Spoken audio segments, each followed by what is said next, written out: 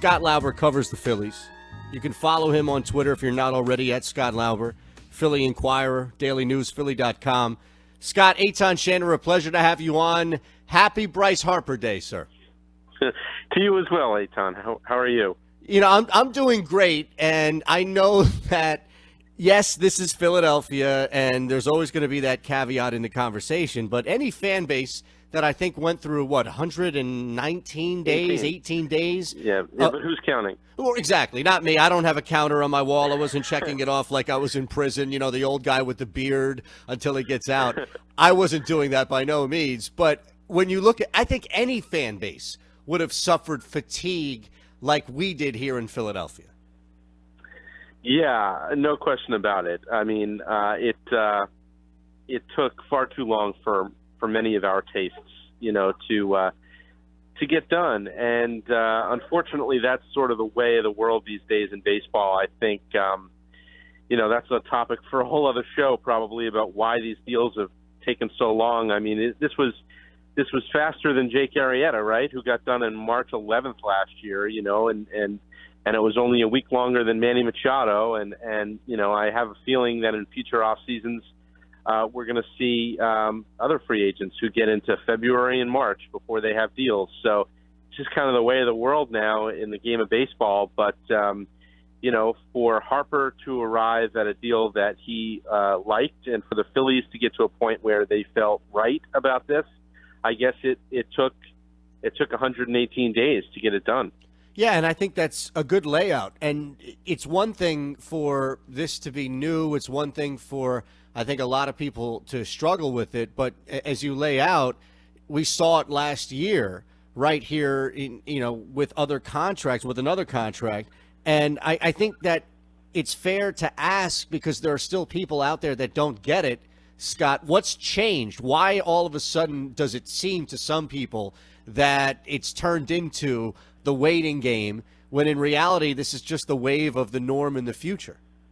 I don't know. It's a great question, and I think it probably varies from situation to situation. I think one common denominator in the whole thing is that from the agent-player point of view, the longer you wait, the better the chance that you can create more of a market for yourself. I mean, look what happened just within the last week or so. John Middleton got on a plane, flew to Las Vegas to make a pretty emotional sales pitch to Bryce Harper. And in the days that followed, the Giants went there, the Dodgers went there. I think Scott Boras did a pretty good job of creating a market where maybe it wasn't quite as robust of a market prior to that. And it just took until now for that to happen. I don't know why it didn't happen more in December when the winter meetings were in Las Vegas. I don't know why it didn't happen more in January. But certainly from that player perspective, probably the longer you wait, the more of a chance you have to rope some other teams into the process and extract some extra dollars. I think, too, in the case of Harper and Machado, you were talking about deals that were going to be in 10 years in length or longer. And, that's where both of those deals ended up. Machado got 10 years, Harper got 13 years. And I'm just guessing here because I've never signed a contract that was 10 years long. But if you're going to do something like that, you probably want to make sure that you know what you're getting yourself into. And whether the number attached to the contract is $300 million or far less than that or whatever, if you're going to spend a decade in any place, you probably want to make sure that you really want to be there, and vice versa. If you're going to sign someone to that long of a deal, you want to make sure that you're not going to have buyer's remorse. And so I think probably just the nature of deals that are this long and this large, it just takes a long time for both sides to kind of come to an agreement that this is what they want to do. Scott Lauber joining me at Scott Lauber on Twitter. It's funny, as I just can't get away from this particular deal and everything that led up to it, with the arrival somehow of Smash Mouth into this narrative, pushing the San Francisco Giants into a conversation. And I was just waiting for, I don't know, Boys to Men or some 90s band here to come in and scoop you and your colleagues, and thinking, all right, well, based on how other things going on in this country, I wouldn't be shocked if this is the way we're heading. It was kind of preposterous, really, when you think about it, all the different twists and turns that it took. And, whether it was, MLB The Show telling everyone that they had a big announcement to make. If a video game had announced where Bryce Harper was going to sign, that would have been newsworthy. It would have been the first time that a video game had ever made news of something like that. I mean, right. all of these things that, today's going to be the day. I'm sorry, but it just doesn't work that way. And as frustrating as it was to fans and to those of us who had to follow this day in and day out, I kept telling people, I don't know why we're surprised by this. It's not the first offseason. In fact, it's the second offseason in a row that it's taken free agents so long to sign. I mean, it's not like this was unprecedented before. So I'm just, it was long. It was preposterous. I think Rhys Hoskins had a good laugh the other day. A few of us were talking to him about some of the Instagram comments that he and Bryce Harper have shared, and people reading into that and saying, he commented on his Instagram post. This must mean he's signing there. And Rhys said, look, it's just two 26-year-old guys having a good time, talking to one another. It was almost like they were having fun knowing the hysteria that they were causing by commenting on each other's photo or making a silly remark or a silly emoji. So I guess it's the world we live in, but yeah, it was kind of crazy for the bulk of this time to kind of follow it and sort of, now it's going to happen or he's going to go there. And really, at the end of the day, none of us knew much of anything in terms of what was going on behind the scenes, where the process was really at.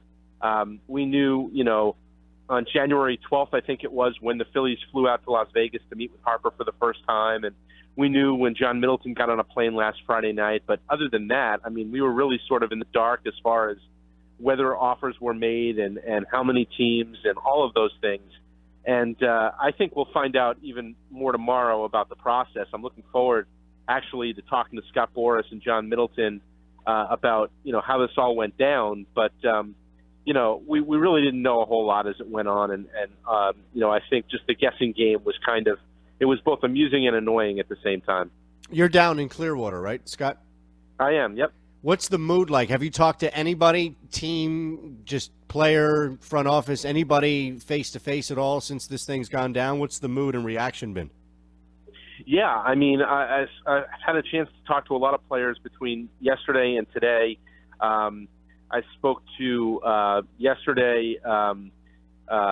Aaron Nola was around and Zach Eflin was around. They had a split squad day yesterday, so it was weird. A lot of different people in a lot of different places. Gabe Kapler was joking around about how in the middle of the game here in Clearwater, fans were essentially reading their Twitter out loud to him and letting them know what was going on or what was being said. I sense today that there's a little bit of a few things going on here. I think there's some relief that this is all sort of been resolved, and in a favorable way, of course, for the Phillies, but that it's over. And also then there's just excitement about, he's flying in here later today. He's supposed to have his physical and then be announced here tomorrow, most likely. And, I think there's there's been an extra kind of pep in everyone's step associated with the Phillies around here. I think that they realize that this is a special player, a special talent who has the potential to make them a lot better. And so I think that there's a sense that they've done something, they've accomplished something. They're excited to have him come in and finally join the team and get things going for real. It's sort of like everyone's been walking around with their breath held for a month, almost a month since they've all been here because is it going to happen? Is it not going to happen? And now that it finally is resolved, I think everyone can sort of exhale and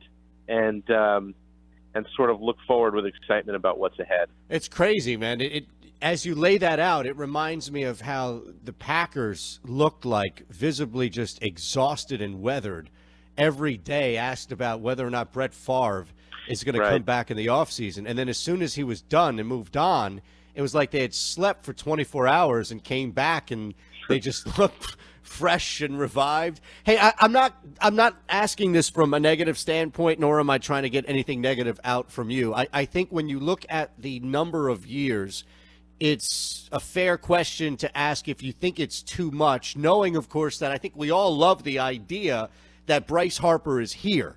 But is 13 too much? Well, look, I mean, he's going to be 39, right, when it's over. And so there's no doubt that at 39, he's unlikely to be the player that he is now at 26. I thought, I think like most people, I kind of was fixated on 10 years. And if it had been 10 years, I think we'd probably be talking about, okay, well, that's a long time. But if you're going to go 10 years on any player, let it be a guy who's 26 and likely still getting better or likely just entering his prime, because you feel pretty good about the majority of those 10 years being productive years. I don't know if tacking 3 more years on to that really sort of sours me on this. If anything, and I know this is kind of inside baseball and sort of, not the concern of a lot of, especially fans out there, but by stretching it to 13 years, they actually, in a strange way, increase their own payroll flexibility, because now you've decreased the average annual value of the contract to 25 point whatever 4, and it enables you in future off seasons to maybe make some other big moves and do some other big things. And so, in a weird way, the extra 3 years might actually benefit them, knowing that you're not going to have the same player at the end that you have at the beginning. But hey, look, in free agency forever and ever, that was the cost of doing business. You'd sign a guy to a contract and you'd know the end of it would not look nearly as good as the start of it.